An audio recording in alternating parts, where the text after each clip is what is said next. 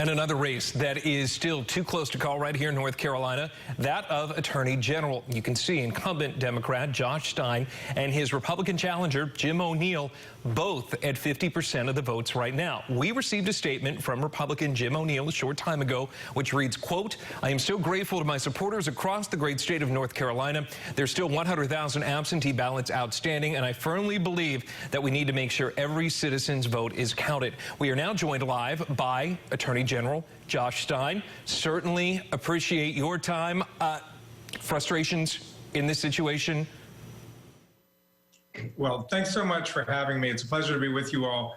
I want to thank the voters of North Carolina. What an unprecedented turnout there was. 5.5 million votes, 74% of the electorate, which is unprecedented. And I think that's an expression of the passion of the people of North Carolina. It also demonstrates how politically divided we are. I mean, on the one hand, it looks like President Trump may win North Carolina and Governor Cooper won North Carolina. And I'm grateful to be outside the recall margin.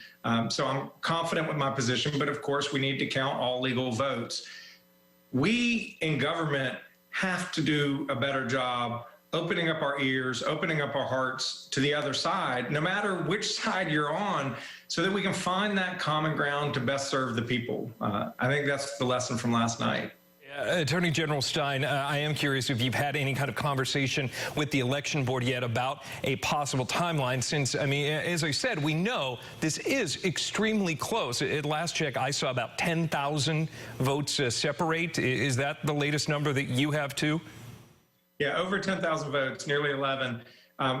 Different counties will process the mail-in ballots that come in and the provisional ballots that were cast on Election Day differently. Some will do them as they come in or over the course of the coming days. Some won't report them until the canvass period, which is about 10 days away. So we won't have the final numbers probably for another week and a half. And frankly, that's just how elections work. It was the exact same situation 4 years ago in the governor's race. And that's democracy. You count all the votes and the voters ultimately decide. Given the margin I have, I'm very confident that I'll end up prevailing, but we'll wait to declare victory until all those votes have been counted. Yeah, and I want to step away from your race and address you as the current Attorney General. We are getting reports that there have been at least 3 lawsuits filed concerning the races here in North Carolina. Have you heard anything about these? I've not heard about the lawsuits yet. Frankly, it wouldn't surprise me if they have been filed.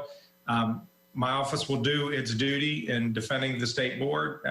The people who are doing this work have utmost integrity. They're Republicans and Democrats both. They're professionals. They want to count the votes accurately and let the chips fall where they may. That's how it works in our democracy. And that's what will happen in this election as well. I'm confident.